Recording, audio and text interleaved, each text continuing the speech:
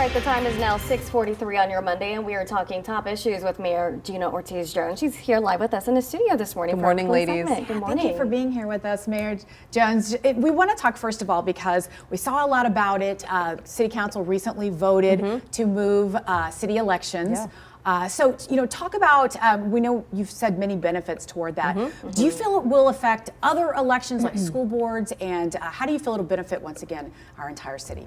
Yeah, well, look, I'm really thankful that we got this in. Again, we had only until the end of the year to make this really important change. Yeah, that was going to, one, do two things. One, save money, right? And make sure that we hear from more of our voters, more of our neighbors, right? There are less barriers in November. You're not distracted with Fiesta, right? If you're a young person, you're not focused on finals, so you can actually not only vote, but like participate and maybe join a campaign, right? On top of the fact that people psychologically think about voting in November. So all of the communities that have moved from May to November have cited those two reasons: saves money, and we hear from more of our voters.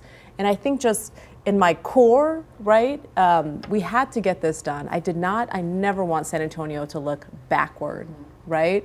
Austin, Houston, Dallas, they are all in November. And so I'm really glad that we got this done. Yeah. So you were talking to us just a few minutes ago about this letter that you're going to send to the governor later this week about reduced lunch programs. Can you expand a little bit more on that and tell us about it? Yeah, so there is a program, right, that allows for states to recoup, frankly, receive, these are our tax dollars, frankly, but it's a program that helps feed kids during the summer, right?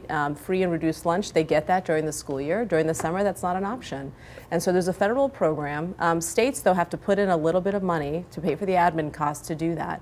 But so we would put in roughly, the state would put in roughly 60 million, and in return, we'd get about over $400 million so that kids during the summer can get free and reduced lunch. This makes perfect sense, right? Frankly, look, show me how you treat the most vulnerable, and I will show you your character. And when kids need to eat during the summer, we should help them do that. And so we're getting close to the deadline by which the governor has to make a decision about whether or not he's going to do that. And so I, as frankly the mayor of our city, want to make sure that he hears clearly from us that we want this program. Frankly, we need this program, and our kids deserve, frankly, to have a good lunch during the summer, and there's no reason why we shouldn't. Just so, look, we'd like to tout our economic strength, right? Texas, if we were our own country, we'd be the 8th largest economy, right? And now you're still going to tell me, though, that we're not going to feed these kids?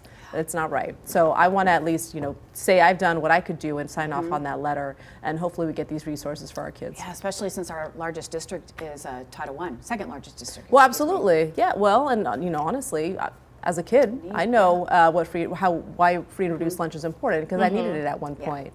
The other point I always like to make to folks is that, San Antonio, we uniquely contribute to the pipeline of talent into military service. A high percentage of our kids are going to go off and serve in the military.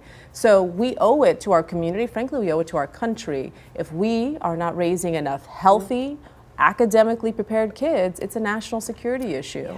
And so that's why, we've got to think about these things, not just in terms of politics or not just in terms of today or next year, but the long term. And we need to raise smart, healthy kids, not only for our community and our economy, but also for national security. Well, let's talk about, too, while we're talking about that, Ready to Work program. You said that it's seen some huge strides this year, preparing our future workforce and helping our military veterans here in San Antonio. Talk about that, and where do you see it hopefully moving more strides forward next year? Well, we took a key step recently, and we were the City Council was asked to reapprove the board. And before we did that, I wanted to make sure we level set on where that program actually stood.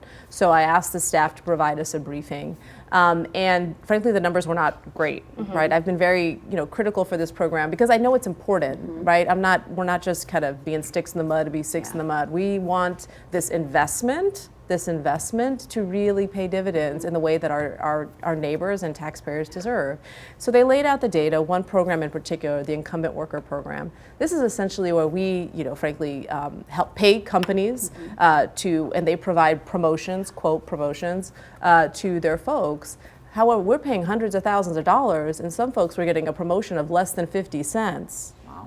that's not what we signed up for. Staggering, yeah. That's not exactly the ROI that we're looking for. So I'm thankful that we were able to, frankly, kill that program moving forward. We're not going to continue with that in new ways, and we'll look to sunset that as soon as possible. Because again, we've always got to look at the data. Does this make sense?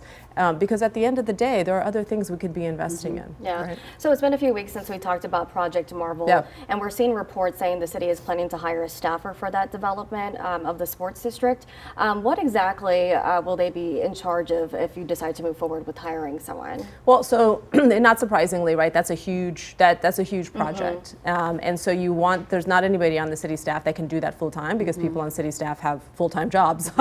So for something that massive, it's not uncommon that you would have kind of a senior person overlooking that. What I have said, though, I think is more important is we are taking a step back and really thinking about the strategic opportunity before us to rethink our revitalized downtown.